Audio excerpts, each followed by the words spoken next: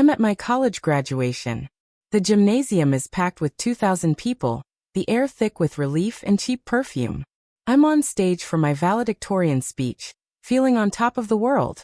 Then it happens. A voice booms from the bleachers, dripping with unearned pride. It's my father. Don't clap, he yells.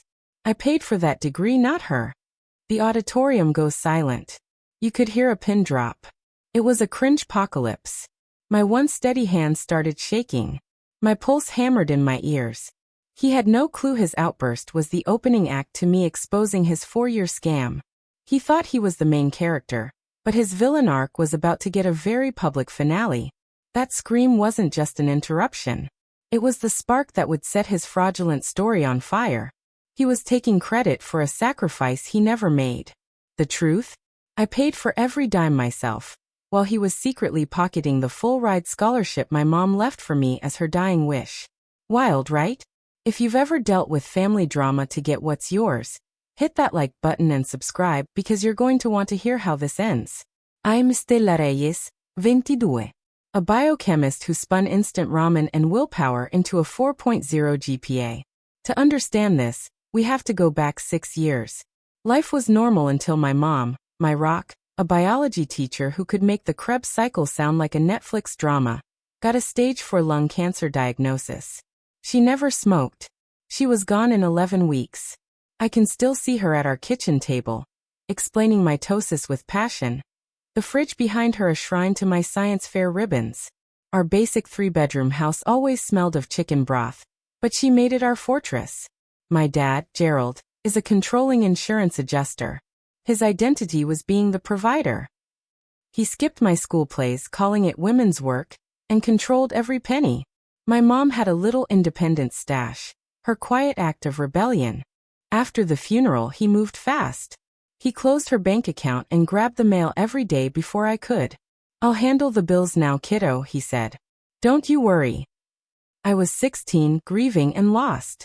My world had shrunk to just him, so I didn't question it. He systematically erased her. Her dining room chair went to the garage. Her favorite coat was in a donation bag a week later. It's time you learned to run the house, Stella, he told me flatly. Your mom did it. I told myself it was just his grief. It wasn't. My new reality was cooking, cleaning, and ironing his shirts. He'd get angry if dinner was 5 minutes late. When college letters arrived my senior year, he snatched them from the mailbox daily. I applied to Millbrook State on my own. When I got my acceptance, he read it over dinner. All right, he finally said. I'll allow it. A few days later, he slid his conditions across the table. He would cover the big costs, but I had to get a job and pay him $800 a month for my share. Desperate to leave, I nodded. What I didn't know was a full-ride scholarship my mom had set up already covered everything. He lied, telling our family he was paying my way, all while driving a new F-150 he'd bought with bonus cash. I started my first semester worrying about replacing my duct-taped sneakers. Freshman year was a blur of caffeine, fear, 3 jobs, and 18 credits on 4 hours of sleep. Mornings were for tutoring chemistry, afternoons at the library, and weekends catering for people in shoes that cost more than my rent. Still, I pulled a 3.97 GPA and made the dean's list. Every month, I wired $800 to my dad. Our Sunday calls were brief. Sent it, he'd ask. Yep. Good. Click. When I told him I made the dean's list, he just grunted. It's just a list. Focus on getting a real job. My roommate Mia asked if I was good. Fine. Ilid. But I was starting to break. Parents' Weekend was his masterpiece. He rolled up in his F-150 and a Ralph Lauren polo, acting like he owned the campus. He insisted on meeting my advisor, Professor Voss, a sharp woman I idolized. He shook her hand too hard. So are you the one filling her head with all this lab crap? Professor Voss just smiled. Stella is one of our best students. He faked a laugh. A science degree? I told her to find a good husband. But no, she wants to play scientist. I saw Professor Voss's eyes flick to me with concern.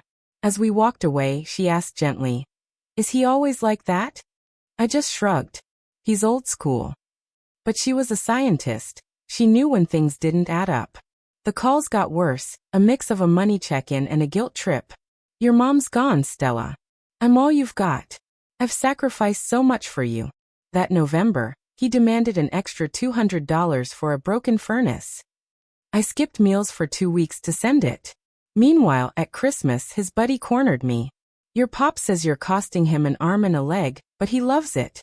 Says it's what a father does. I smiled through the pain. Later, Mia had enough. Okay. Spill.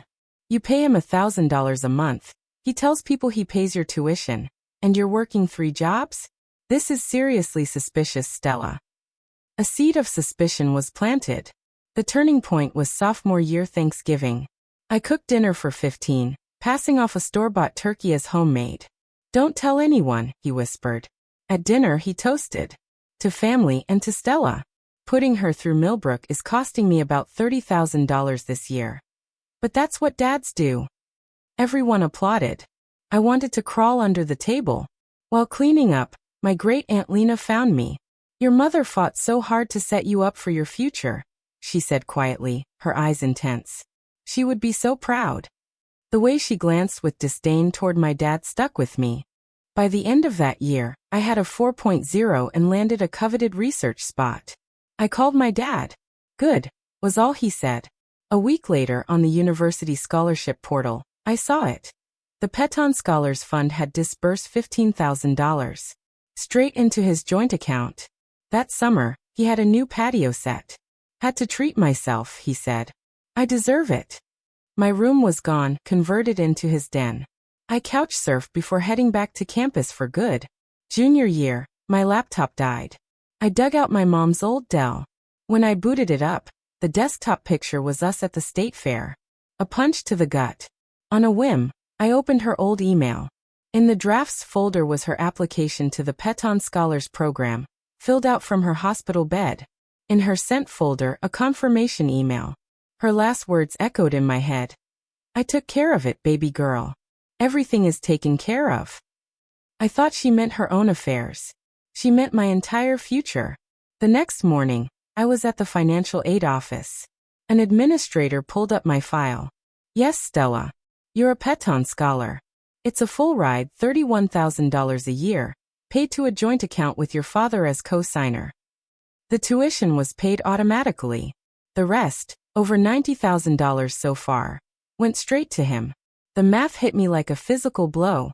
The jobs, the exhaustion, the money I sent him. All for a debt that never existed.